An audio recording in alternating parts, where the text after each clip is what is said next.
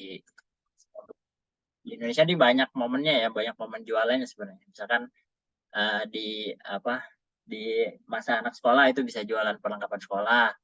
Terus Idul Fitri itu kan momen juga kan ya, itu kan ekonomi lagi bagus-bagus juga untuk fashion, untuk F&B dan macam-macam, untuk parcel, untuk macam-macam lah. Terus satu lagi juga ada yang ketiga itu Idul Adha, itu kan juga momen tahunan sebenarnya. Nah itu saya akhirnya waktu itu pengen manfaatin momen Idul Fitri tapi telat ya, nggak nggak dapat lah momentumnya. Akhirnya wah nggak boleh kelewatan lagi nih di Idul Adha. Jadi Idul Adha itu akhirnya saya waktu itu nyari supplier ya daerah sini, akhirnya saya jadi reseller waktu itu. Reseller, alumni IPB juga sih di Mitra Tani Farm di sini di Tegawaru, kebetulan dapet rumah. Ya udah akhirnya saya jualan tuh ya, singkat ceritanya. Alhamdulillah lumayan lah waktu itu jualan domba tuh sekitar 30 ekor lah. Wah, itu lumayan lah buat saya waktu itu lumayan. Maksudnya saya waktu itu tujuannya adalah karena saya udah mau semester 9 nih buat bayar UKT gitu kan. Karena nggak enak juga sama orang tua kalau harus minta lagi gitu pada saat itu. Akhirnya jual 30 ekor, dapat untung, wah lumayan juga nih bisa buat bayar UKT, saya juga ada uangnya, ada hasilnya, terus saya juga di samping itu menjalankannya cukup senang gitu, karena emang dari dulu saya cukup senang sama hewan ya, sama hewan gitu, suka miara lah. Seperti itu akhirnya di akhir 2020 itu berarti ya 2020 ya. 2019. Ya, di akhir 2020 akhirnya setelah lulus, saya lulusin dulu, baru akhirnya bikin kandang juragan ini. Singkat ceritanya seperti itu. Nah, di sini saya akan cerita ya tentang kerjasama bisnis, karena sedikit banyaknya saya sudah beberapa kali kerjasama ya, kerjasama bisnis. Jadi ini ada beberapa hal ya yang perlu dibahas menurut saya. Pertama itu manfaatnya, kemudian bentuk kerjasamanya apa aja sebenarnya, kemudian hal-hal yang harus dia perhatikan, dan kemudian langkah-langkahnya kemudian seperti apa. Gitu. Nah ini ya, jadi pada saat itu kan saya juga apa ya ngerasa tuh ketika bangun bisnis kayaknya gue nggak bisa sendiri deh gitu. Maksudnya kan kemampuan gue terbatas gitu kan. Kemudian juga ya begitulah. Dan akhirnya sempat ngajakin sebenarnya beberapa teman, dan itu sempat gonta-ganti sampai 2-3 kali lah, sampai akhirnya masih berlanjut sama yang sekarang di bisnis kandang juragan ini. 2 kali ya gantinya. Pertama itu sama adalah teman-teman yang tadi minat di peternakan, anak IPB juga, sangkut satu angkatan, tapi akhirnya dua-duanya kerja. Terus yang akhirnya ganti lagi sama anak Eksyar, satunya berdua lah, jadi bertiga lagi, duanya tetap anak Eksyar, yang satu kerja, akhirnya milih kerja, dan baru ketemu lagi satu ini orang dari luar, seperti itu. Jadi udah 2 kali lah ganti tim gitu. Dan ini beberapa manfaat yang saya rasakan ya, dan yang seharusnya bisa terjadi ya. Pertama itu melengkapi keahlian ya, karena kan setiap orang ini punya karakteristik dan apa namanya karakteristik dan keahlian masing-masing ya, karakteristik, keunggulan. Jadi kan setiap orang punya karakter ya. Jadi karakter itu kan macam-macam, dan itu bisa bermanfaat di beberapa situasi dan bidang yang berbeda kayak gitu. Jadi keahlian ini bisa saling dilengkapi. Misalkan saya emang waktu itu sudah punya keahlian di digital marketing. Akhirnya saya ngajak teman saya, waktu itu ada anak 53 juga, April ini, dia memang dia punya pengalaman lah di bagian keuangan dan lumayan ngerti gitu kan. Terus satu lagi ada partner saya yang sekarang, dia memang punya keahlian dan juga track record memang di dunia persapian gitu, di operasional dan di supplier. Jadi relasinya, nah baru ini lanjut ke yang kedua, yaitu meluaskan relasi ya sebenarnya. Jadi relasi itu kan sangat penting ya dalam bisnis, untuk supplier, untuk pasar, kemudian untuk apa lagi ya? Ya untuk membangun bisnis itu sendiri lah. Jadi kalau Apil waktu itu akhirnya saya kenal untuk supply apa ya? Saya kenal untuk dapat bibit rumput yang saya jual sekarang. Kalau satu lagi Mas Yose namanya, itu dia punya relasi yang cukup kuat untuk di suppliernya gitu. Bahkan saya tuh bisa dia tuh bisa ya mendatangkan sapi, ya misalkan anggaplah satu mobil sapi misalkan 20 ekor. 20 ekor kali 20 juta misalkan ya contohnya. Itu misalkan 400 juta nilainya. Itu saya bisa cuma ngasih uang ke supplier itu cuma 50 juta gitu. Sisanya bayar belakangan. Itu kan contoh ya, contoh. Itu relasi yang sudah dia bangun gitu. Saya nggak usah bangun lagi kan, ketemu di tengah aja gitu. Nah, kebetulan saya punya kemampuan di digital marketing dan relasi untuk pasar dan juga investor, contohnya seperti itu. Itu contoh ya. Kemudian, dan saya punya kemampuan di manajemen lah ya. Karena belajar di kampus, nggak juga sih. Ya belajar organisasi lah kan, jadi ngerti ya, jadi lumayan ngerti gitu kan. Dan memang keluarga saya memang punya background di bisnis juga, jadi saya sedikit banyak lumayan ngerti. Kemudian yang ketiga itu adalah berbagi risiko ya. Jadi ya sebenarnya kan bisnis kerjasama tuh banyak ya bentuknya ya. Nanti habis ini kita bahas ya. Jadi kan berbisnis itu kan pasti ada risiko ya teman-teman. Itu udah pasti lah gitu. Kalau nggak ada risikonya mungkin semua orang udah berbisnis ya. Sorry bentar ada data pun.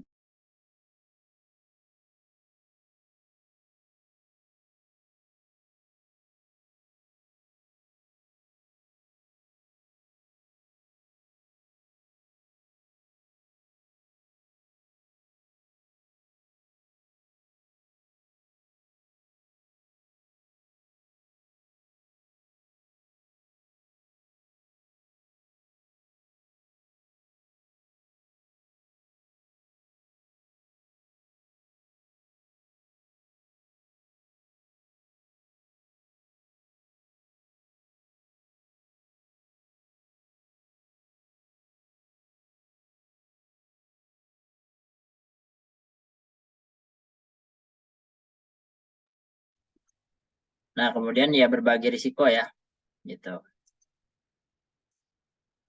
Ya itu karena bisa ada risikonya, gitu. Jadi ketika kita kerjasama itu, kalau bisa risiko itu jangan ditanggung sama kita sendiri semua ya, jadi ditanggungnya bareng-bareng gitu. Ya harus pintar-pintar kan, pintar-pintar mengelola risiko ya. Risiko itu kan pasti ada, udah pasti lah. Tinggal gimana kita bisa mengelolanya, gitu. Kemudian yang ketiga, yang keempat, sorry, itu ada untuk juga menambah permodalan ya. Entah itu dari orang-orangnya sendiri, atau relasi terhadap permodalan itu sendiri gitu dengan kita bertemu orang yang akan kita kerjasamakan gitu sih guys. Dan kemudian yang kelima nih berbagi masalah ya. Kan hidup sama bisnis ya sama lah, pasti banyak masalahnya kan, banyak masalahnya. Jadi kalau bisa ada teman ngobrol lah ya, ada teman ngobrol, dibagi, dipecahkan masalahnya gitu kan, jadi semakin banyak kepala semakin bagus gitu, dan bisa memandang suatu permasalahan itu jadi lebih objektif dan berbagai sudut gitu ya. Ini kelebihannya sih dari kerjasama bisnis menurut saya seperti itu. Nanti kita banyakin ngobrol aja lah ya, tapi balik lagi saya sharing ya, sharing aja gitu. Terus kemudian ini bentuk kerjasama ya, bentuk kerjasamanya apa. Nah ini yang sudah saya pernah lakukan semuanya ya, setidaknya ini, mungkin ada banyak lagi yang lain di luarnya bentuknya. Dan ini nanti ada beberapa catatan ya, yang sebenarnya yang nanti panjang itu lebih ke catatan-catatannya gitu. Nah yang pertama tuh syirkah atau berkongsi ya, jadi kita sama-sama bawa badan lah gitu kan, bawa badan. Kan ada tuh kalau di syariah itu ada namanya syirkah abdan kalau nggak salah. Abdan itu ada yang cuma bawa badan aja gitu. Misalkan contohnya sama-sama tukang cukur, jadi atau sama-sama dokter. Nah itu kan sama-sama bawa badan doang kan, nggak ada modal atau jasa doang gitu. Ada juga yang syirkah atau sama-sama bawa modal gitu. Waktu itu saya pernah baca ya, semoga waktu itu pernah diulas juga sih di grup TDA ya mengenai ini baru yang kedua ya. Itu antara atau nih benar apa nggak ya, musyarakah itu boleh nggak sih, maksudnya yang satu apa namanya, satu punya modal jadi sama-sama bekerja tapi yang satu punya modal yang satu enggak gitu. Itu perlu dipertanyakan sih, boleh apa enggak gitu. Kalau baiknya kalau yang syirkah itu setahu saya sama-sama bawa badan, sama-sama bawa modal juga gitu. Kalau nggak bawa modal ya nggak bawa modal sekalian gitu. Atau yang kedua sekalian yaitu mudharabah. Itu ada sohibul mal atau pemodal dan juga ada apa namanya? Ada pengelola atau mudharib ya, mudharib seperti itu. Nah, ini syirkah itu ya kita sama-sama kerja gitu kan. Mudharabah ada yang modalin, ada yang kerja gitu. Dan yang ketiga ada kerjasama subkontrak contohnya. Sebenarnya ini kalau yang kedua ini dua-duanya sebenarnya sama-sama ini ya, akadnya sama-sama jual beli sebenarnya. Tapi mungkin diperdetailnya seperti ini ya, kerjasama subkontrak ya. Kayak misalkan contohnya saya kayak kemarin kurban ya. Jadi dari kurban itu saya pengalaman ya, pengalaman di tahun sebelumnya itu apa namanya, saya jualan kambing domba ya. Jadi kan saya sebenarnya fokusnya di sapi, tapi jualan kambing domba juga pada saat kurban. Nah, jualan kambing domba itu sebenarnya nggak sulit dibandingkan jualan sapi ya kan, karena pasti harganya lebih murah. Tapi yang sulit, yang pusing adalah miaranya gitu. Apalagi kita bukan bukan nggak biasa ya, nggak biasa. Kemudian kambing itu kan kecil-kecil ya, kecil-kecil ya. Jadi ada yang hilang lah, ada yang nomornya hilang, ada yang ketuker gitu kan, ada yang nanti salah ngirim, dia omel-omelin customer gitu kan, gara-gara salah ngirim gitu. Terus ada yang nanti kakinya patah lah, kejepit, ada yang loncat-loncat lah, macam-macam lah, pusing pokoknya kalau merah kambing itu. Karena kecil-kecil kan dia, beda sama sapi, sapi mah satu gede gitu kan, ini nilainya 20 juta, kalau kambing 20 juta tuh ada misalnya ada 10 gitu kan. Bayangin aja gitu, kontrolnya jauh lebih banyak dan lebih tingkahnya lebih banyak lah gitu. Jadi akhirnya saya putuskan untuk tahun ini kita nggak terlalu fokus dan kita subkonkan. Jadi maksudnya kita pakai pihak ketiga lah untuk yang menghandle kambing domba kita seperti itu. Ternyata ada masalah baru juga gitu. Nanti baru saya bahas ya di catatan-catatannya. Dan yang ketiga itu kerjasama dengan supplier ya. Jadi saya juga sering ya dengan relasinya tadi ya partner saya itu kita bisa nego gitu sama supplier ya. Misalnya bisa nggak saya punya uang segini, kamu supply sekian gitu. Tapi perhitungannya adalah variabel gitu. Jadi maksudnya, jadi kita meminimalisir risiko gitu kan. Tadi satu tujuannya adalah kita berbagi risiko gitu. Jadi gimana caranya biar dia juga menanggung risiko. Apalagi kan saya bermain di hewan hidup ya. Hewan hidup itu kan ada risikonya gitu kan. Dan ya bisnis secara umum ada risikonya lah gitu. Jadi bisa nggak kamu juga nanggung risiko ini gitu. Gampangnya seperti itu. Kerjasama gitu. Apalagi dia juga bisa modalin kita lah ibaratnya kan dengan tempo tadi gitu, pembayaran secara tempo. Nah ini beberapa bentuk kerjasamanya. Nah kemudian, nah ini baru ya catatan-catatannya. Hati-hati ya, kerjasama bisnis tidak selalu seindah yang dibayangkan. Lebih banyak kejadian pahitnya gitu. Ini berdasarkan pengalaman saya dan sebenarnya bukan saya doang sih, maksudnya dari beberapa teman-teman itu seperti itu. Mau sama teman kayak, mau sama tetangga, mau sama keluarga sendiri gitu, mau sama orang asing yang nggak kenal, mau sama pebisnis yang udah berjalan besar gitu, mau sama yang uangnya banyak, itu bisa jadi masalah semua sebenarnya gitu. Jadi uh, banyak yang perlu dipertimbangkan ketika mau memulai sebuah kerjasama bisnis gitu. Menurut saya nih ya, gitu. Karena apalagi ini berhubungan dengan uang ya, uang dan integritas lah gitu. Jadi nggak bisa sembarangan aja gitu. Nah ini, nah tadi kan apalagi misalkan contohnya yang banyak kejadian ini kan pas syirkah ya, syirkah itu kan banyak ya. Oh, gue ada teman gue nih, teman baik gue nih. Wah kayaknya dia boleh nih, ya udah gue ajak bisnis aja. Kita bisnis yuk. Nah itu suka jadi masalah tuh akhirnya gitu. Nah ini yang pertama ya menurut saya nih. Ini terutama kalau pengalaman saya tuh di sama investor kalau ini ya, yang pertama ini investor ya lah sama dua-duanya sih sama investor sama syirkah juga. Jadi kita tuh apalagi sama investor ya, misalkan saya di sapi gitu. Jadi kita harus mempertimbangkan dan membahas segala risiko yang mungkin terjadi.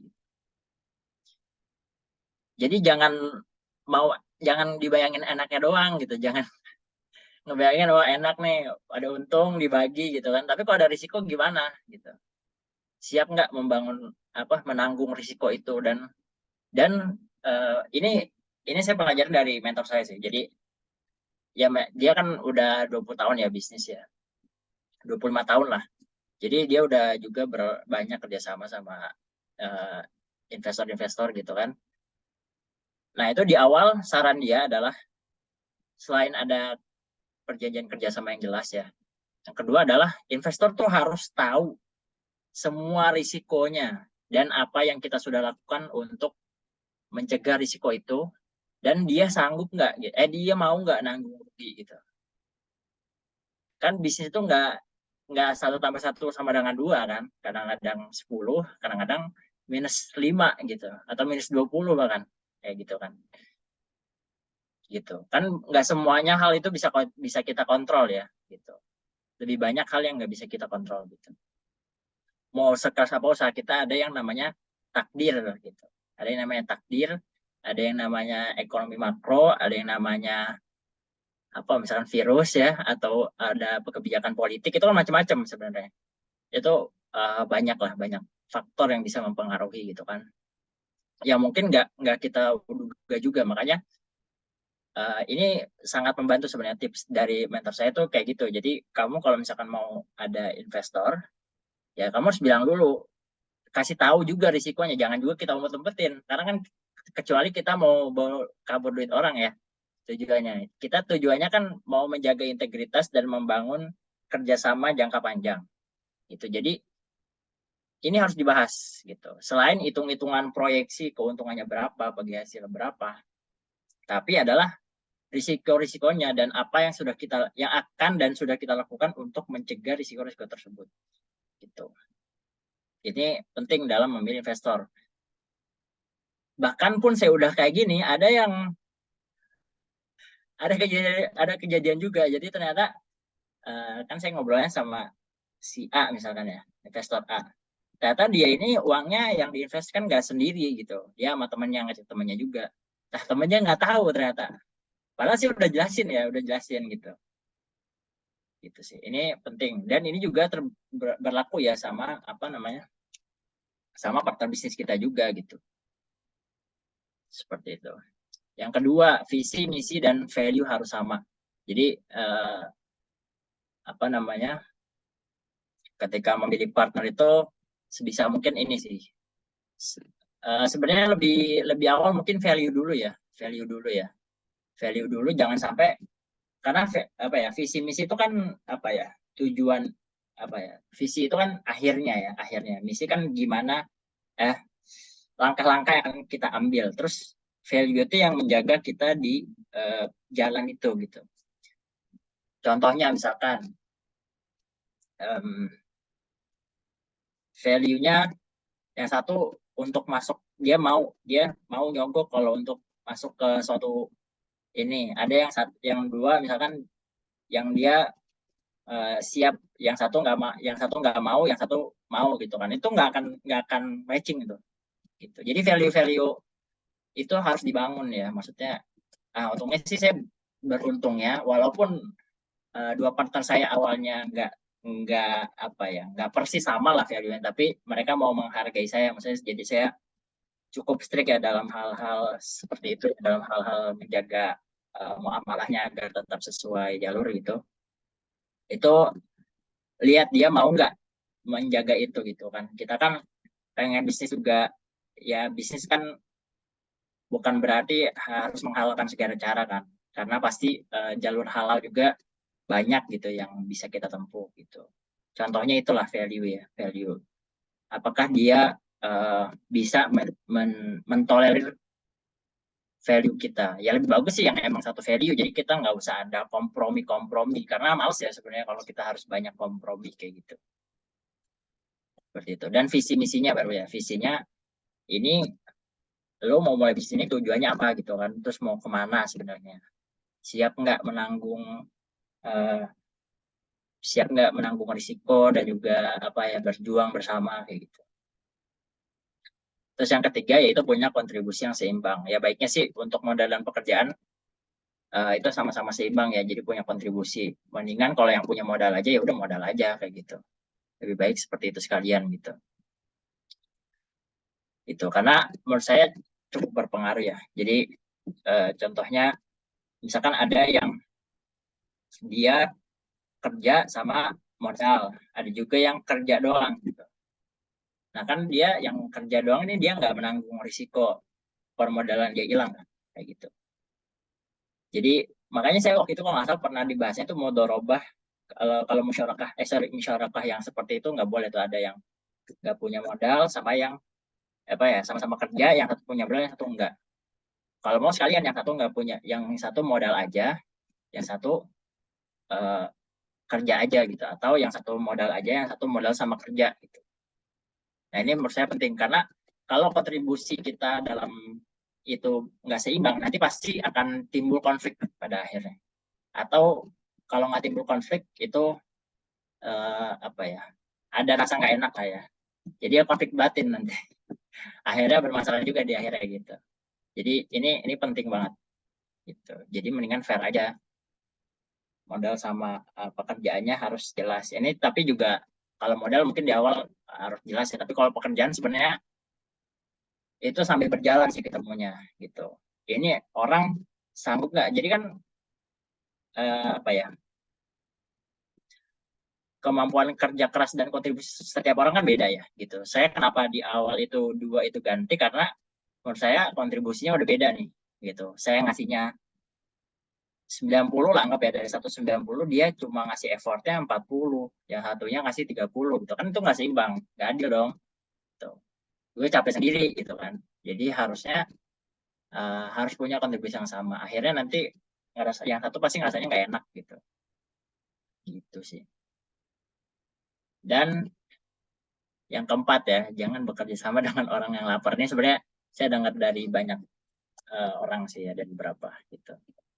Karena gimana ya biasanya ya, karena misalnya bisnis belum, anggaplah bisnisnya lagi belum menghasilkan, atau kita sebenarnya pengen bisnis ini keuntungannya diputar lagi gitu untuk apa namanya uh, untuk membesarkan gitu kan keuntungan bisnisnya bisa digulung ya untuk membesarkan usaha itu sendiri kan. Tapi kalau misalnya ada yang orang yang lapar ya tetap dia kan harus ngambil gitu kan, contohnya seperti itu. Ini sih kayak gini ya analoginya, kalau lebih gampangnya seperti itu. Terus kemudian yang kelima, perjanjian dan akad yang harus jelas dan tertulis gitu. Jadi tadi saya bilang ya, tadi dari yang nomor 1 ini, kemudian nanti diturunkan juga ke yang nomor 5 gitu. Perjanjian dan akadnya harus jelas dan tertulis gitu. Jadi biar ada buktinya. Kalau nggak tertulis nanti penafsirannya beda-beda. Dan gini, kalau bisa penafsirannya itu ini baik dalam mau sama investor atau sama partner ya, itu eh, penafsirannya disamain dulu gitu. Jadi kan misalnya ada pasal-pasal ya, dalam pekerjaan itu kan ada perjanjian kerjasama itu ada pasal-pasal ya. Itu dibacain, kayak pernah ke notaris ya. Kalau ke notaris itu biasanya kalau ada pasal-pasal itu dibacain sama notarisnya ke kedua belah pihak yang tanda tangan. Gitu. Nah ini juga sama, karena saya sama pernah juga nih. Gitu. Jadi udah ada, tertulisnya udah ada nih. Tapi nanti penafsirannya beda-beda. Jadi setiap orang punya penafsiran yang beda-beda. Akhirnya jadi konflik juga, makanya kalau bisa dibacain juga. Gitu. Jadi dibacain. Seperti itu. Ini semoga relate ya. Saya bahasanya kerjasama sih. Dan yang terakhir adalah komunikasi ya. Komunikasi adalah kunci. Jadi pokoknya semuanya harus dikomunikasikan. Entah itu sama partner syirkah ataupun juga sama investor ataupun sama supplier. Itu semuanya sebenarnya bisa dikomunikasikan. Yang penting kita untuk menjaga ya. Jadi kita harus menurunkan ego dan berkomunikasi untuk menjaga agar apa ya kerjasama ini bisa tetap berjalan begitu. Itu juga sih yang saya rasakan ya, maksudnya ya mungkin yang masih bertahan kan lebih ke partner bisnis ya kalau sekarang ini. Jadi banyak pasti. Jadi nggak boleh ya. Waktu itu saya dengar ya dari yang orang ST itu kan, yang punya ST Indonesia kan alumni PB juga itu ya. Dia bilang kan dia ST Indonesia tuh bertujuh kalau nggak salah. Dan itu orangnya orang-orang yang dominan semua gitu kan. Ada yang artis, ada yang udah punya bisnis sebelumnya dan macam-macam gitu. Nah terus dibilang tuh kalau kalau ada hal, pokoknya sebisa mungkin semua masalah itu diomongin bersama dan jangan ada yang omong di belakang gitu. Karena itu akan jadi timbul masalah gitu. Dan itu yang saya lakukan, maksudnya saya terus terang aja, waktu kan awalnya orang saya nggak enakan ya, tapi pada akhirnya saya ya ketika ada sesuatu saya gue nggak nyaman nih kayak gini gitu, gue nggak suka lo kayak gini gitu, kok gue ngerasanya ABC ya gitu, itu harus disampaikan gitu, karena kalau kita pendem terus bahaya, nanti jadi penyakit lah. Enggak ya, maksudnya pokoknya nggak bagus lah gitu. Penyakit baik untuk diri sendiri atau untuk perusahaannya gitu kan, pasti kan nanti auranya juga beda gitu kan, vibrationnya juga beda seperti itu.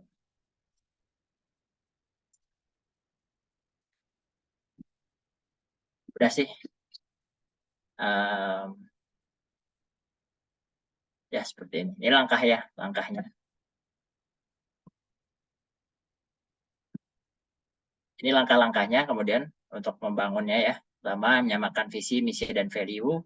Kemudian yang kedua itu saya sering mempelajari track recordnya biasanya. Jadi kalau misalkan tadi kan udah ya jelasin ya, visi, misi, value udah jelasin.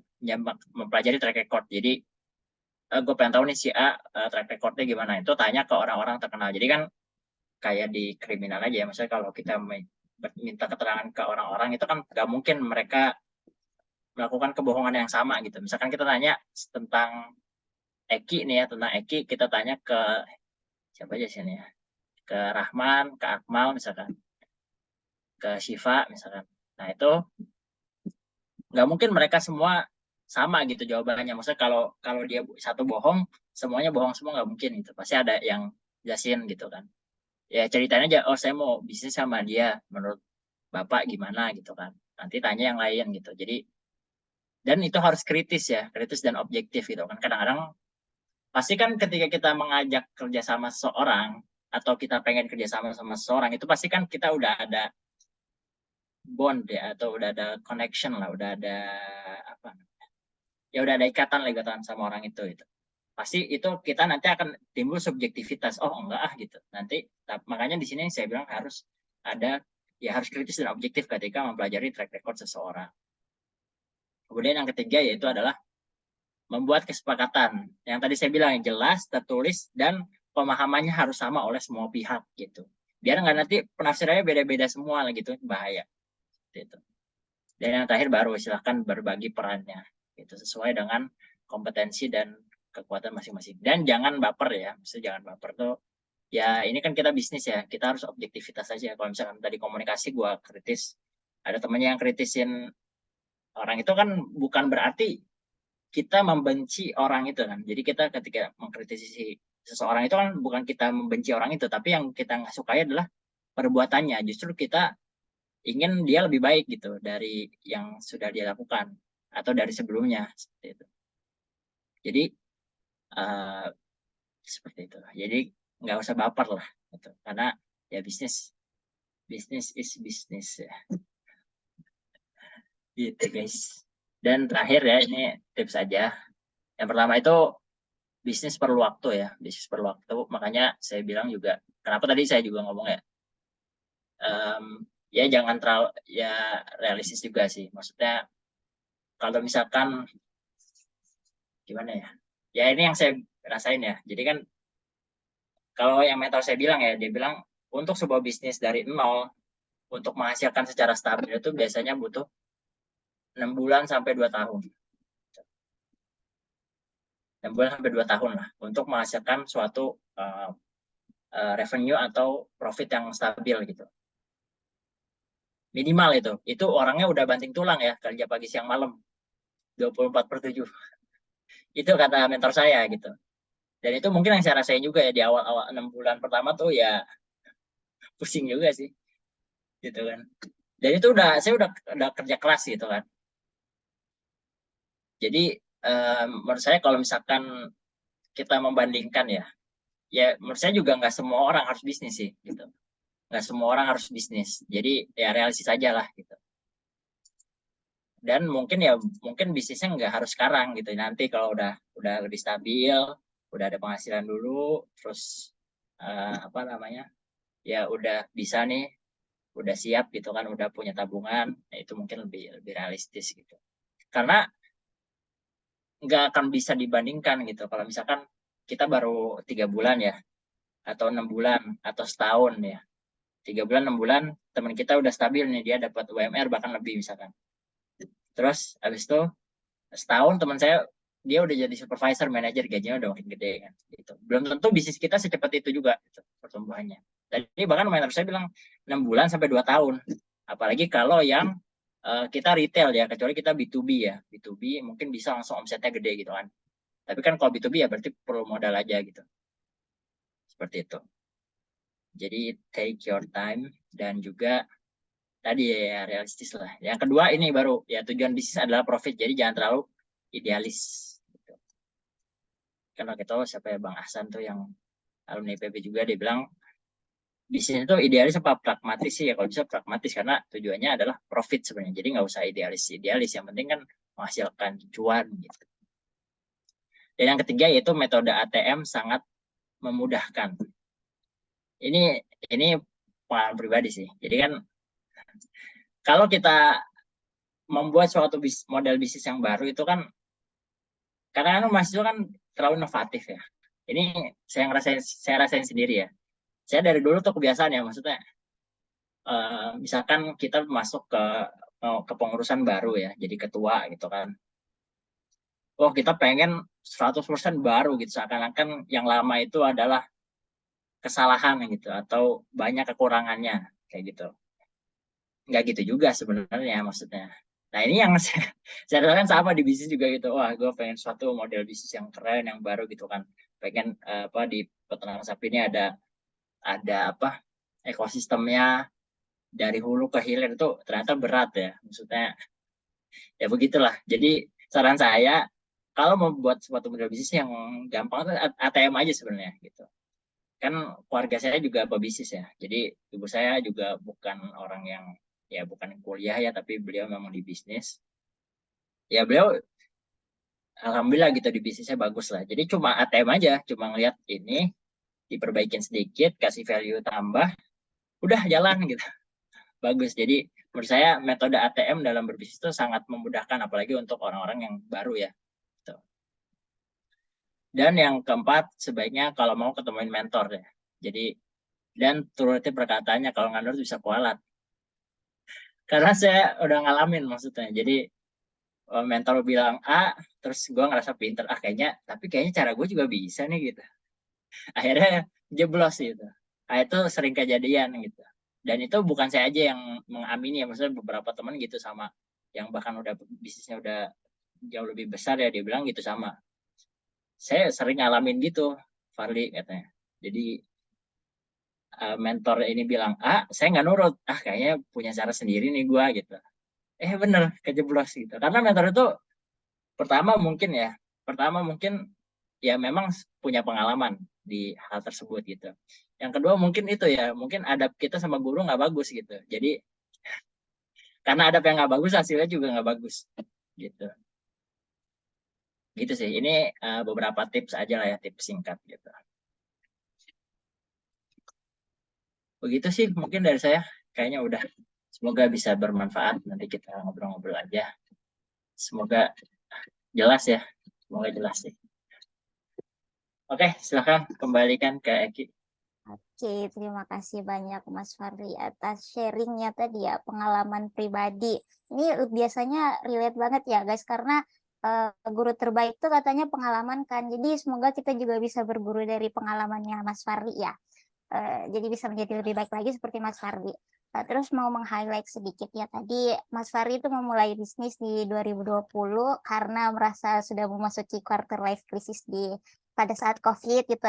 Dan beliau mencari peluang dan akhirnya mendapatkan momentumnya gitu. Katanya momentumnya kalau di Indonesia tuh pas Lebaran ya yang banyak-banyaknya, dan Mas Farli memilih momentum yang pas Lebaran Idul Adha. Terus tadi juga ada beberapa manfaat kerjasama bisnis yang dipaparkan oleh Mas Farli, ada 5, tapi kayaknya yang paling relate itu yang saling melengkapi keahlian dan berbagi risiko ya. Karena bisnis itu berat sepertinya, dan kalau sendirian akan stres kalau nggak salah ya. Dan ada hal-hal juga yang harus diperhatikan menurut Mas Farli, ada 6 poin tadi, semoga teman-teman menyimak. Dan ada 4 langkah, dan yang paling penting itu membagi peran dan menyamakan visi. Semuanya penting sih, tapi yang saya highlight ya teman-teman. Dan sepruitif nih yang terakhir, sepruitif katanya, tapi ada 4 tips dari Mas Farli itu. Yang saya highlight itu yang poin keempat, yang tentang mencari mentor, dan ternyata mentor sangat penting ya teman-teman, karena mentor seperti guru sendiri, dan namanya guru kita harus selalu menghormati. Jadi kata Mas Farli, ikuti perkataan mentor, temukan mentornya, hormati beliau, karena kalau kita nggak nurut ya bisa kualat. Mungkin itu ya highlight singkat, dan mungkin maaf kalau tidak jelas dari saya teman-teman.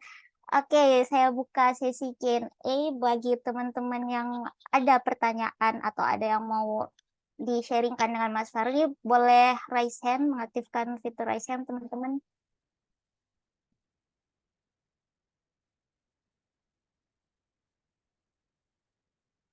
Waduh, nggak ada yang nyatet apa gimana nih guys? Wah, ada Akmal, alhamdulillah. Akmal Musyafa, boleh Akmal, waktu dan layar dipersilahkan. Oke, Ki, sebentar.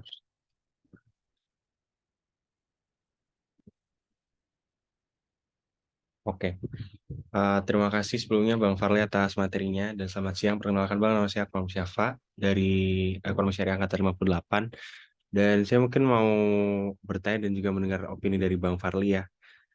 Menurut Bang Farli itu bijak nggak sih ketika kita membangun kerjasama dengan kompetitor bisnis kita gitu. Jadi kan terkadang mungkin simpelnya gini, kayak ada, kalau dalam kasusnya Bang Farli sebagai seorang penjual ternak gitu ya, gitu, itu domba atau sapi, Bang Farli itu bekerja sama sama peternak sapi yang lain gitu. Nah, menurut Bang Farli itu hal yang bijak nggak sih, atau sebenarnya dengan ada kompetitor ini malah bisa mendrive bisnis kita lebih jauh gitu. Jadi intinya apakah kita harus bekerja sama atau berteman dengan semua kompetitor kita, atau biarkan kompetitor menjadi kompetitor saja. Mungkin itu sih Bang dari saya. Terima kasih. Iya, iya. Oke. Ini berarti angkatan 58 ya semuanya? Iya, betul Bang. Semester berapa berarti sekarang? Semester 5. 5, Mas. Oh, semester 5 ya. Oke, oke, siap. Oke, makasih Akmal ya. Maaf, Mas. Mau nanya, Mas mau ditampung dulu pertanyaannya atau langsung Oh, jawab saja? ditampol aja ya. Apa, soalnya Dijawab aja deh, takutnya udah lupa Oke, nanti. baik. Oke, sebentar ya Rahman. Oke, silakan Mas. Sebenarnya sekarang kan itu ya, banyak yang orang bilang sih sekarang eranya kolaborasi ya. Nggak tahu sih dulu emang kayak gimana, saya juga nggak tahu ya. Orang kan bilangnya sekarang nih era kolaborasi gitu. Jadi jangan semuanya dianggap kompetisi. Dan menurut saya juga nggak bisa juga kita kompetitor terus jadi musuhan, kan nggak gitu juga ya. Maksudnya kan rezeki tetap punya masing-masing, dan juga yang kedua siapa tahu kita butuh dia juga gitu. Dan saya rasa sebenarnya nggak ada masalah ya ketika, ya itu sebenarnya tergantung kebutuhan. Baik lagi tergantung kebutuhan dan tujuannya. Tujuannya apa dulu, kalau emang ada manfaatnya bisa kerjasama ya kerjasama aja gitu. Nggak ada masalah sih menurut saya. Dan justru mungkin ada keahlian-ahlian, atau ya baik lagi ya saling melengkapi sebenarnya gitu. Tapi baik lagi tadi tergantung tujuannya. Ini Akmal udah pengalaman atau gimana nih? Maksudnya apa gitu? Maksudnya kalau misalkan tujuan kompetitor tuh kayak gimana? Tujuan kerjasamanya apa gitu? Oke, ini mungkin kayak dalam konteks organisasi sih sebenarnya Bang, nggak pure ke bisnis gitu ya. Soalnya Waduh, dulu sempat udah dengar ada kompetitor deh di organisasi ya? ya, kayak kita nggak harus kerja sama semua kompetitor gitu loh, karena ternyata emang dengan ada kompetitor juga bisa membantu kita buat drive performance gitu sih Bang. Tapi mungkin karena ya kalau dalam konteks bisnis kayaknya agak beda ya. Tadi kayak Bang Farli bilang kalau era kolaborasi juga, tapi kembali ke niatnya tadi Bang. Ya. Apa tujuannya? Maksudnya contohnya apa?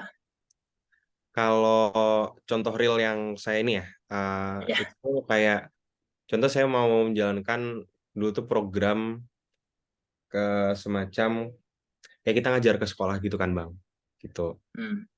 Tapi kayak ternyata udah ada organisasi lain yang menjalankan program yang sama. Mungkin kalau itu kan udah program yang cukup umum ya, kadang di BEM ada juga di BEM mengajar gitu.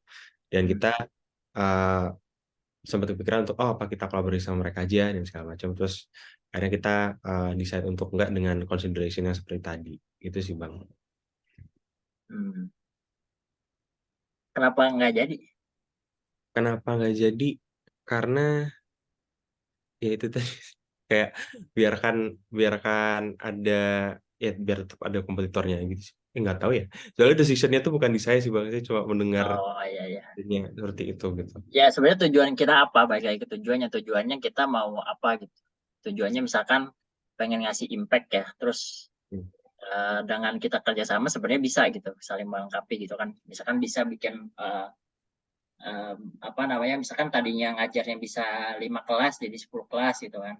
Itu kan berarti impact-nya jadi lebih besar gitu kan.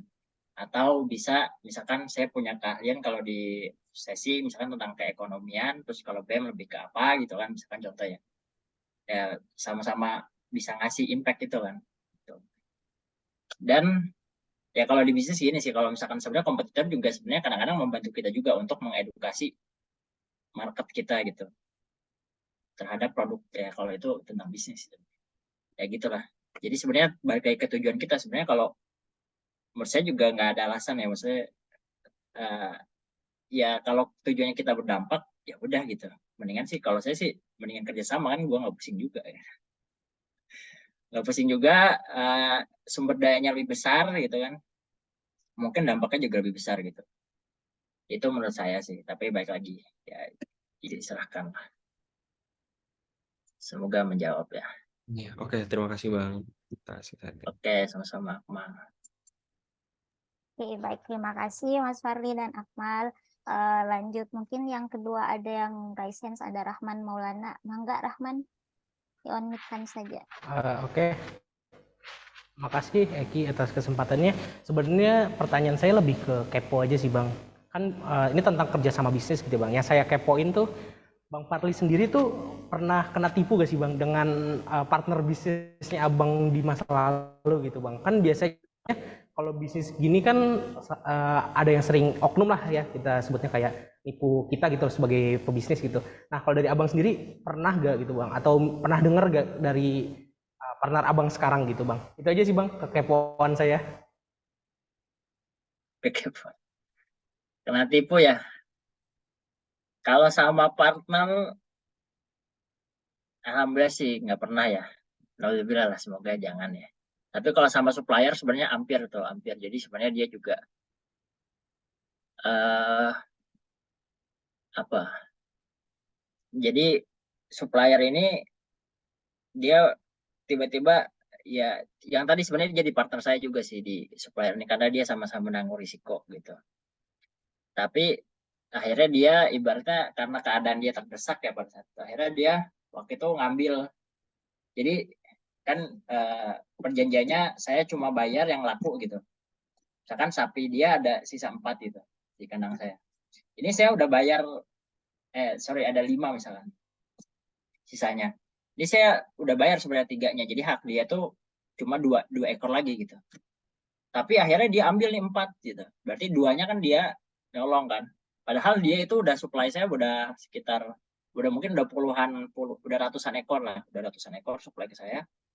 Dan dia juga selama ini baik ya, maksudnya karena dia mau mau ngasih tempo ke kita dan udah kenal juga sama pegawai-pegawai. Tapi ketika ada kesempatan itu anak-anak lagi pada istirahat, akhirnya dia ngambil tuh.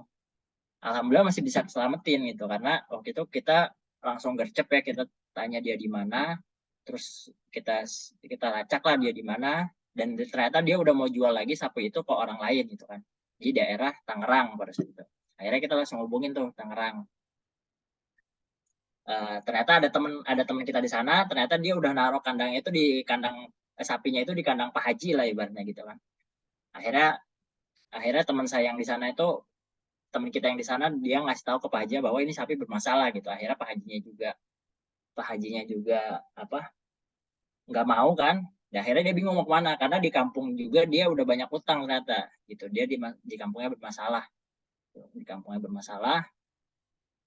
dan dia udah dalam kondisi kepepet, makanya dia lakukan itu. Akhirnya mau nggak mau, karena saya juga waktu itu langsung lapor polisi, mau nggak mau dia balik lagi gitu. Akhirnya alhamdulillah masih selamat gitu sih. Pernahnya, nah ini ada juga unik nih, pernahnya sama pegawai. Waktu itu saya percayakan uang berapa ya, sekitar 9-10 jutaan lah ya, 9 jutaan kalau nggak salah. Dibawa kabur nih, bawa kabur, bukan dibawa kabur sih, dipakai, maksudnya dipakai uangnya sama dia. Ternyata dia waktu itu sempetnya pertama, dia itu 9 juta tuh dari 2 kali ya. Jadi yang pertama hilang dia bilangnya, terus yang kedua ya udah emang nggak ada, ternyata dua-duanya dia pakai gitu sampai uang 9 juta itu. Akhirnya kita sampai ke rumahnya bolak-balik, tapi kan ya kalau dia nggak punya uang juga percuma gitu kan, kita nggak bisa, maksudnya kata kakak saya, dicekek juga nggak keluar uang gitu, nggak akan keluar uang juga. Akhirnya ya udah, singkat cerita kita udah bolak-balik ke sana, ke keluarganya, nggak enak juga sama keluarganya. Udah, singkat cerita udahlah biarin gitu. Nah baru nih alhamdulillah ya kemarin, berarti kemarin tiba-tiba nge-WA ke partner saya yang si April tuh tadi. Dia nge-WA, Mbak saya boleh nggak bayar utang saya gitu, saya nyicil dosa saya lah deh. Wah Masya Allah kan, gue kaget juga sih. Saya kaget juga karena tiba-tiba ini dia mau bayar utangnya gitu. Alhamdulillah lah kayak gitu.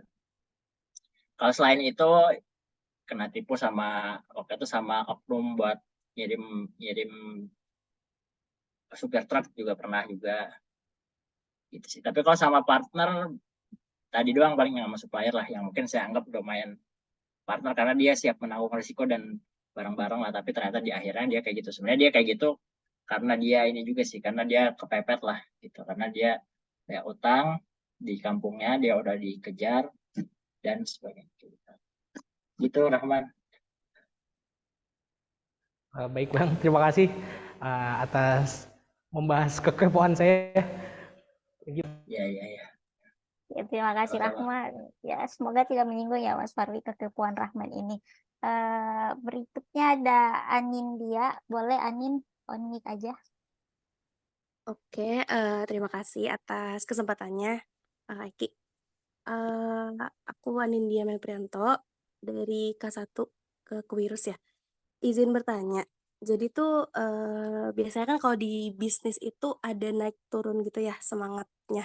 Nah kalau misalnya kita baru mulai bisnis tuh bener-bener semangat banget.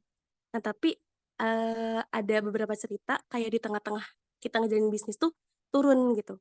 Nah itu tuh gimana sih Kak atau Bang Farli ya eh, cara untuk meningkatkan lagi gitu, menaikkan semangat lagi biar kayak ya udah kita ngelanjutin bisnis kita lagi dengan semangat yang sama ketika kita mulai bisnis gitu. Terima kasih. Oke,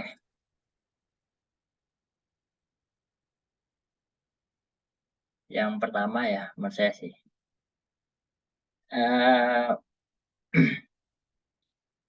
yang pertama sih bisa ngobrol ya. Jadi ngobrol sama sesama lah, sesama pebisnis kan pasti kan sebenarnya jenuh itu kan karena ada masalah ya, ada masalah atau memang ya udah gitu-gitu aja gitu bisnisnya kan. Nah itu menurut saya bisa caranya dengan ngobrol sama sesama pebisnis gitu. Apalagi yang udah lebih senior, jadi dia bisa ngasih insight ke kita gimana caranya mengembangkan bisnis atau keluar dari permasalahan kita. Gitu sih kalau menurut saya. Terus yang kedua adalah bentuk namanya tanggung jawab ya. Tanggung jawab adalah misalkan contohnya, karena ada juga yang dia ya udah kerja sendiri gitu kan, usaha akhirnya nggak kemana-mana tuh usahanya gitu, karena dia nggak punya tanggung jawab gitu. Misalkan dia nggak ada pegawai atau dia nggak ada partner gitu. Kalau saya ini kan ada partner ya, ya saya mungkin di awal-awal juga sempat ngalamin juga ya, semangatnya naik turun gitu kan. Tapi kalau kalau lagi kayak gini kan kita udah punya karyawan, udah punya partner juga gitu. Jadi kan kita harus menjaga akuntabilitas itu, maksudnya kita merasa tetap selalu dipantau gitu. Karena kan kalau di bisnis kita nggak ada apa, nggak ada atasannya gitu kan, nggak ada yang mecut gitu kan ibarat. Jadi harus ada yang mencutnya ya, tadi di bawah itu kan ada tanggung jawab kan, gue punya karyawan nih, ini tanggung jawabnya harus dikasih makan gitu. Terus yang kedua, yaitu apa namanya, ya mungkin dari partner juga bisa ya, partner atau sama kalau dari atas kita mungkin ya mentor gitu. Kalau satu kata bisnis ternyata ada namanya Pak Teguh ya, dia bilang mentor itu ibaratnya anjing herdernya kita gitu. Jadi ketika kita udah males-malesan, ya mentor yang ngingetin lu punya target sekian harus mencapai dan sebagainya. Gitu sih, Anindya. Menjawab nggak ya? Semoga menjawab. Oke, baik Kak. Terima kasih atas jawabannya. Sangat memberikan insight baru. Ya, ya. Oke, Oke, terima kasih ya Nindya. Kita masih ada waktu teman-teman, mungkin bisa 1 atau 2 pertanyaan lagi. Yang mau nanya boleh raise hand lagi. Ada Rafikoh, boleh Rafikoh di on mic saja langsung. Terima kasih atas kesempatannya dan juga terima kasih kepada Kak Fahri yang udah memberikan tadi pengalamannya.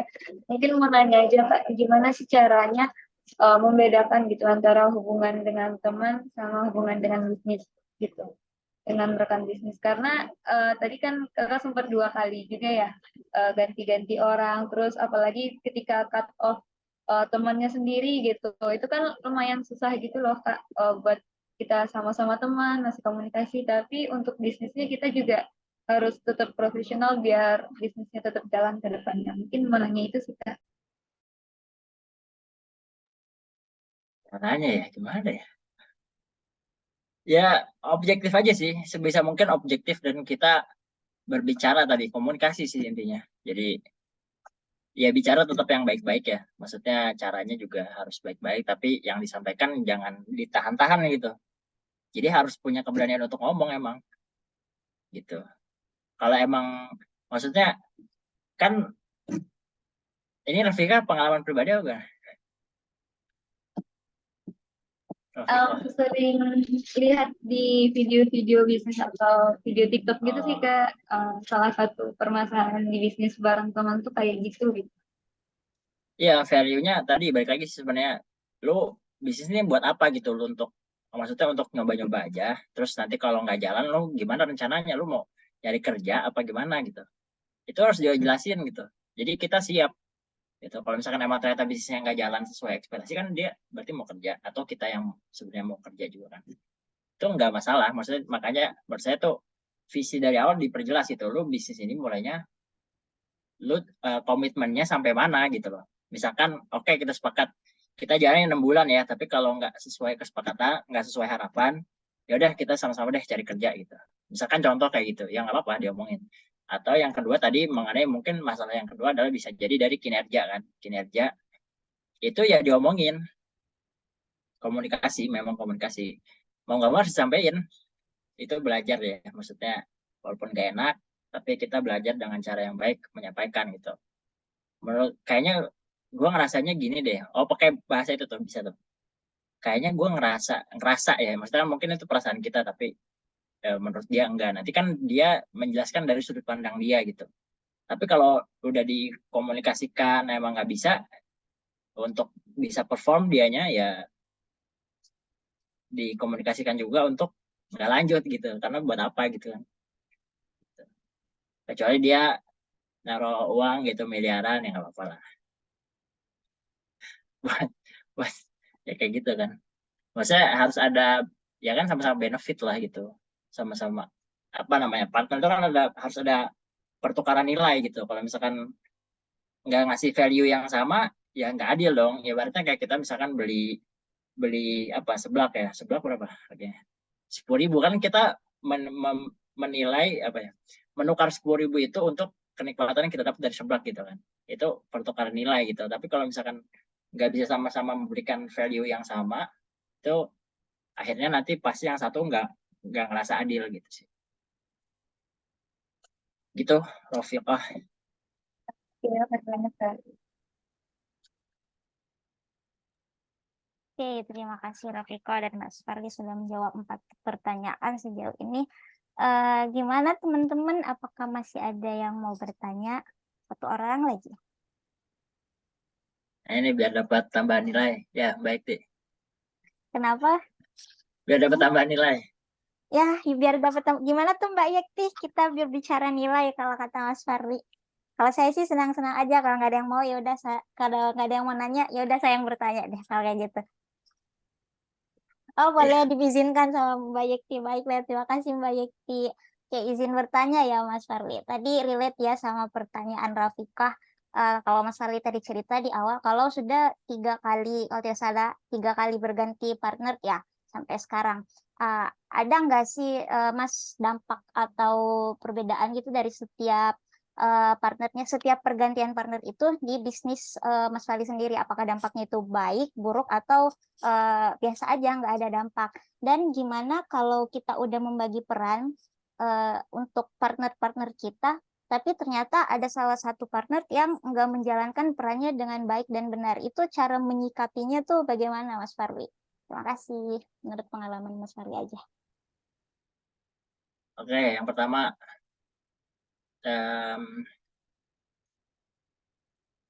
udah berdampak ya, pasti berdampak sih. Karena kan justru saya ganti partner karena merasa mereka ini nggak berdampak gitu. Gitu sih. Yang terakhir baru dapat partner baru ya sangat berdampak gitu, karena kan dia memang udah punya pengalaman lah mungkin di bisnis gitu kan. Jadi seenggaknya untuk eksekusinya jadi lebih bagus, dan juga relasi dia juga banyak, terus tahu cara mainnya gimana, tahu operasional di peternakan seperti apa gitu. Jadi itu sangat mendongkrak, dan saya juga bisa jual background dia ya, kan saya kan bagian marketing ya. Jadi kan kalau marketing kan kita harus bisa menjual sesuatu ya, jadi kita jual backgroundnya dia. Kalau saya kan baru lulus ya kan, nggak bisa jual background, jadi saya jual background dia, udah pengalaman gitu kan, akhirnya ya orang percaya lah gitu. Itu kalau berdampak sih pasti berdampak ya, makanya pilih partner juga yang strategis. Baik lagi ya, tadi kita harus sama-sama punya value gitu loh, jangan sampai yang satu cuma nggak ada value-nya gitu ya, nggak akan adil gitu sih. Jadi harus punya value-nya, lu punya apa gitu loh, seperti itu. Dan yang terakhir ya tadi soal kalau nggak menjalankan peran, sebenarnya gini sih, jadi kan orang juga dinamis ya, mungkin di awal dia bagus, 6 bulan 1 tahun bagus, kadang-kadang di perjalanan dia performnya menurun gitu kan. Itu kan bisa banyak faktor ya, entah itu misalkan dia ada masalah pribadi, masalah keluarga, atau dia ngerasa nggak nyaman. Itu kan banyak faktor sebenarnya yang bisa menyebabkan hal itu. Ya baik lagi, sebenarnya kuncinya adalah komunikasi, jadi dikomunikasikan gitu loh. Dia punya masalah apa, kenapa lo nggak perform, pasti ada penyebabnya gitu loh, bukan nggak ada penyebabnya. Nah itu ya udah, oh lu punya masalah ini, terus gimana gitu. Sedangkan kita punya bisnis yang harus terus berjalan gitu kan. Gimana menurut lo penyelesaiannya gitu. Gitu aja sih sebenarnya, intinya komunikasi intinya. Tapi kan kadang-kadang ya saya juga sama ngerasain ya, maksudnya kadang-kadang males ya, apalagi saya kan bukan orang yang termasuk apa ya, bukan orang yang emosional lah ya tuh ya, maksudnya jadi kadang-kadang males gitu ngomongnya, males gitu kan, ngomong tuh males kadang-kadang. Jadi ya tapi harus dipaksakan, karena mau nggak mau itu harus diomongin sih gitu. Eki, Baik, terima komunikasi, kasih. kembali lagi ke komunikasi intinya Komunikasi adalah kunci tadi ya kata Mas ya. Farli. Komunikasi adalah kunci. Terima kasih Mas. Satu pertanyaan lagi boleh Mas? Boleh. Cara menemukan mentor dalam berbisnis itu bagaimana sih Mas? Mentor ya, Iya, betul. mentor tahu ya, banyak ngobrol aja sih. Saya biasanya, kalau saya ini versi saya ya, jadi saya di komunitas ya, komunitas TDA, bisa join mungkin, tangan di atas itu. Di sana sih emang ada program mentoringnya gitu. Dan sering, kalau gue sih nggak tahu malu ya, maksudnya bukan nggak tahu malu sih, jadi cuek aja, ajakin ketemu gitu kan. Nanti kan kita bangun komunikasi, Pak misalkan, atau Kang, boleh nggak saya silaturahim gitu kan, saya dari sini gitu, misalkan dari PB, atau saya dari komunitas TDA juga gitu kan, saya mau silaturahim gitu sih. Terus mentor juga jangan yang salah juga ya, maksudnya mentor tuh harus yang bener sih kalau bisa. Makanya kan kalau di TDA ada namanya kelompok mentor bisnis, itu dia ada apa namanya, ada mentornya dan emang programnya. Jadi mentornya juga udah dipilih ya, udah dikurasi lah gitu. Jadi kan mentor juga jangan sampai mentornya sesat gitu kan. Jadi kalau kata Pak Teguh, ada namanya Pak Teguh tuh ya, beliau yang nemuin kelompok apa program ini nasional ya, beliau yang merintis sampai akhirnya dijalankan di puluhan kota sekarang dan sudah berjalan mungkin udah belasan puluhan tahun, udah ribuan mungkin yang ini udah ikutan program ini dan mendapatkan manfaat darinya. Beliau bilang kunci apa ya, kegagalan tuh biasanya dua ya. Pertama, mentornya abal-abal, misalkan, jadi kunci keberhasilan tuh dua, kunci keberhasilan tuh dua, mentornya benar dan mentornya emang ahli, dan yang kedua itu adalah mentinya nurut tanpa syarat gitu. Itu nurut tanpa syarat, jadi kayak pakai kacamata kuda aja gitu, kacamata kuda. Karena apa, kalau kata Pak Teguh itu biasanya mentor tuh udah beda semesta gitu loh. Jadi dia udah mengerti apa yang nggak kita ngerti gitu. Nah, kalau salah satu dari keduanya ini gagal, nggak berhasil, nggak memenuhi syarat, ya pasti gagal gitu. Yang pertama misalkan mentornya udah ahli nih, tapi mentinya nggak nurut, ini pasti gagal nih, mentornya gagal. Mentornya nggak ahli, mentinya nurut buta gitu kan, taat buta, ini juga gagal juga karena mentornya nggak ahli.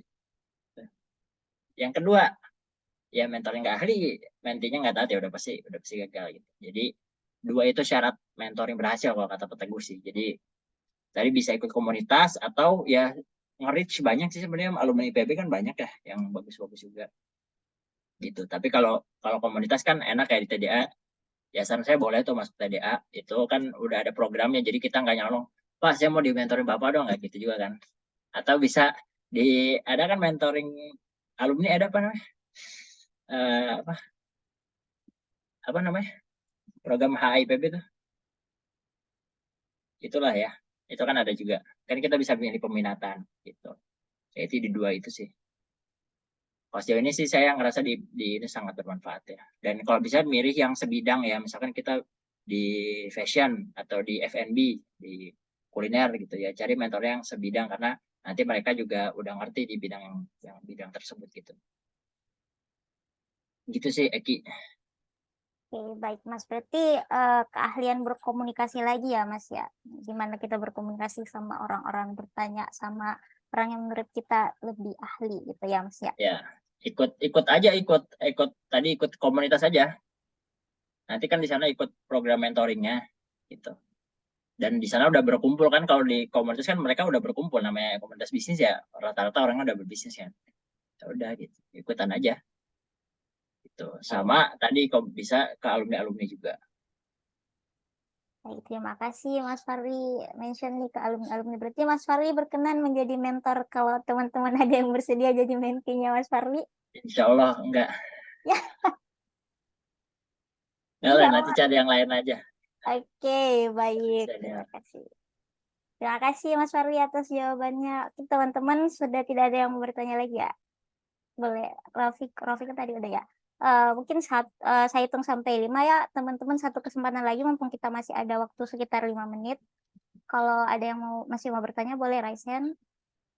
1, 2, 3, 4, 5. Oke, sepertinya sudah tidak ada yang mau bertanya, tapi kita menunggu Mas Fahri dulu. Ini Mas Fahri ada urusan sebentar ya, teman-teman.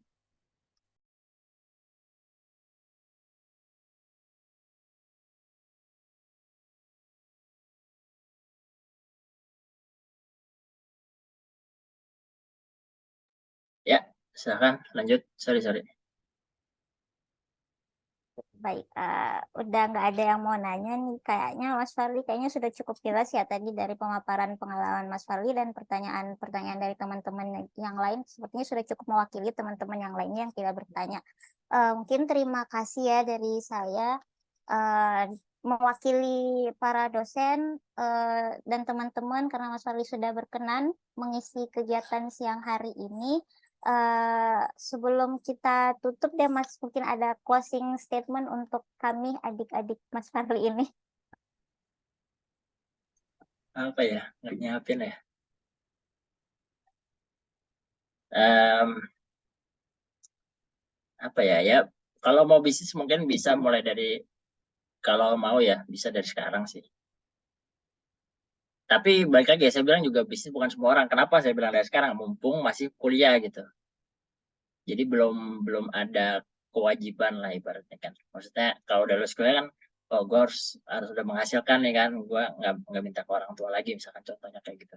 Nah, itu bisa dimulai dari sekarang gitu, karena banyak juga bahkan yang di bawah saya ya, maksudnya udah angkatan di bawah saya udah lebih bagus bisnisnya karena dia udah mulai dari kuliah gitu. Saya lihat gitu, dia udah trial error gitu kan. Pasti kan bisnis itu kan nggak langsung kebanyakan ya, maksudnya nggak langsung dapat bisnis satu langsung jebret gitu kan, karena kan pasti nanti menyesuaikan dengan kemampuan kita balik lagi kan, selain ada peluang gitu kalau mau bisnisnya stable gitu. Kalau mau, menurut saya bisa mulai dari sekarang dengan ya risiko yang minim dan juga terukur kayak gitu. Bisa mulai dari ya belajar dari jualan dulu lah gitu, jadi reseller kayak atau apalah gitu, atau bisa dari jasa dulu, misalkan ada yang punya keahlian fotografi, jasa fotografi nanti kan bisa dijadikan bisnis itu gitu. Awalnya mungkin dari self employed dulu ya gitu gitu. Tapi kalau karena akhirnya kalau yang udah lulus itu banyaknya akhirnya enggak gitu. Tapi baik lagi saya bilang juga mungkin bisnis juga bukan buat semua orang gitu, bukan berarti bisnis itu yang paling keren yang paling bagus juga gitu, belum tentu juga. Tapi menurut saya kalau mau bisnis bisa dari sekarang, yang penting tadi menemukan mentor yang tepat biar nggak usah ngambil kesalahan-kesalahan yang tidak diperlukan sebenarnya kalau kita bisa belajar dari mentor yang tepat gitu. Gitu, Eki. Baik, terima kasih Mas Fadli. Closing statement yang sangat saran ya teman-teman, lebih ke saran yang mungkin bisa kita aplikasikan teman-teman di kehidupan kita mumpung kita masih semester 5 ya. Untuk rangkaian acara berikutnya ada penyerahan sertifikat dari pihak Share kepada Mas Fadli karena sudah berkenan. Mungkin boleh ya diserahkan sama Mbak Yekti atau mungkin Bu Respa sekalian untuk dokumentasi penyerahannya. Mbak Yekti berkenan menyerahkan langsung kepada Mas Fadli. Oke, terima kasih Farli sudah berkenan hadir ya dan sharing di agenda hari ini. Sama Mbak. Menyusul ya, menyusul fisiknya. Gampang Mbak. Siap Mbak. Makasih Mbak. Sama-sama. Oke, terima kasih Mbak Yekti. Dan terakhir banget teman-teman, terakhir banget sebelum kita tutup banget ini karena mungkin Mas Farli, Mbak Yekti dan Bu Resva ada kesibukan lain, mungkin teman-teman boleh mengaktifkan kamera dulu ya, kita dokum bersama narasumber kita hari ini. 1 menit cukup kali ya, ditunggu buat siap-siap sampai 14.24 kita dokum. Boleh teman-teman yang mau ngaca dulu silahkan, yang mau sisiran dulu boleh silahkan sebelum on cam.